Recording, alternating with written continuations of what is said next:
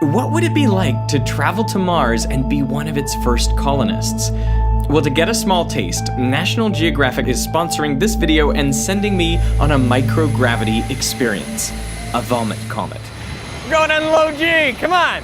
This plane flies in a series of parabolic arcs so that it and everything inside can essentially be in free fall, creating a microgravity environment. The plane can also simulate the gravity on other bodies like the Moon and Mars by modifying the parabola. If I were really going to Mars, I would experience not 30 seconds of microgravity as I do in this plane, but 8 months of it. And then when I got to Mars, this would be the gravity on the surface. Whoa. This is what it would feel like to be on the surface of Mars. There, the gravity is only about 37% of what it is on Earth, which means you'd be able to jump much higher. If you're an average jumper on Earth, you'd get double the airtime on Mars and have no problem at all dunking on a regulation basketball hoop. On the surface of the Moon, the gravity is only a sixth of what it is here on Earth. So you could really do a lot of crazy aerobics without being exhausted. One major issue with low gravity is that it's not very easy to exercise. I mean, you're used to the fact that your arm weighs about 5% of your body weight, so just lifting your arm in regular G is a little bit of a workout. You don't get any of that when you are traveling to Mars, and you only get a fraction of it when you're actually on Mars. On a journey to Mars, as on the space station, your muscles would weaken and shrink. They would atrophy. Studies have shown that muscle mass can decrease by up to 20% on space flights lasting just 5 to 11 days. So you'd have to exercise. Lifting weights would be useless, so you'd have to rely on elastic resistance. For example, on the space station, astronauts are elastically tethered to a treadmill, and they typically exercise 2.5 hours every day. Even so, the lack of weight pushing on bones results in a decrease in bone density. Astronauts can lose 1 to 2% of bone mass per month, mostly in their lower extremities. That's over 10 times faster bone loss than people on Earth experience through osteoporosis as they get older. And in weightless conditions, other forces become significant, like the surface tension of water. Everyday activities become a lot more challenging, even things like washing your face. Oh, have a look at that. Wow. That is crazy. Look at the surface tension. The water holds it together like that. Dealing with liquids in microgravity is really difficult, which makes showering, brushing your teeth, and going to the bathroom much harder. It's one of the most challenging things.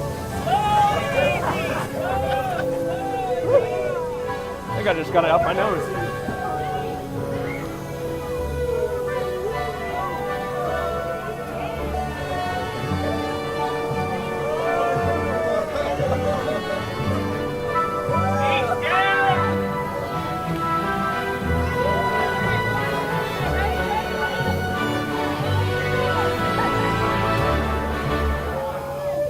Got it. In the absence of Earth's gravity, you would also notice some strange effects. Watch what happens when I spin this disc. I showed how on Earth, this disc flips heavy side up when you spin it. So I wanted to see what happens in microgravity. Just right here. Do you see it flipping back and forth? Did you see that? Let me slow it down so you can see it better. The disc actually flips back and forth. The hole goes from one side to the other and back. Watch which side of the disc the hole is on. First it's facing towards me, and then it flips away from me. And now it's towards me again, and now it's away from me. This effect has actually been seen on the space station with a T-bar handle. It's an example of the intermediate axis theorem. That is, rotation about an intermediate axis, not the least or greatest moment of inertia, is unstable. And any tiny disturbance will cause it to rotate about another axis as well. In addition to dealing with microgravity, on a trip to Mars, you would also be exposed to significant amounts of radiation. When it's bedtime on orbit, normally you fall asleep pretty quickly because you're tired. But once in a while, you have your eyes closed and you're not asleep yet. And you occasionally will see a flash of light. It's some sort of human body reaction to radiation from the universe. And we think it is heavy particles or individual bursts of energy coming from radiation that are either going through the eyeball itself or going through the optic nerve. I picture back to the first astronauts who must have closed their eyes and seen that radiation and going, I'm not going to tell anybody about this because no one's told me about it. I'm not talking. And I can just imagine the first two guys that said, hey, sometimes I see flashes of light. Do you see flashes of light? And then it's, oh, we all see flashes of light. Oh, okay. Well, that's all right then. To me, all of these difficulties represent not deal breakers, but challenges to be overcome. For humans to guarantee our long-term survival, we must become a multiplanetary species. On Mars, simply stepping into a spacesuit, which currently weigh as much as 310 pounds, would make you feel about as heavy as you are on Earth. So maybe you wouldn't feel like a basketball star after all. But this would also allow you to maintain your muscle and bone mass. It's not that hard to shield yourself from radiation. You can put it into the insulation of the ship. You can use water, of course. It's a terrific radiation absorber, so you can shield the ship. But you can't ignore it. And of course, one of the major challenges of different gravity is the nausea that it brings.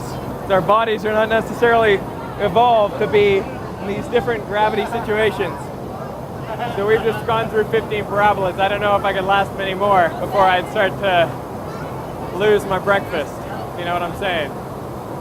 But you know, our bodies evolved for millions of years in 9.8 meters per second squared gravity. If we ever move to Mars and actually establish colonies and live there, our evolution may take us in very different directions. Thanks to the National Geographic Channel for sending me on this zero-G adventure. It's truly awesome. Life on Mars may be closer than you think. Check out National Geographic's new season of Mars on Monday, November 12th at 9, 8 Central.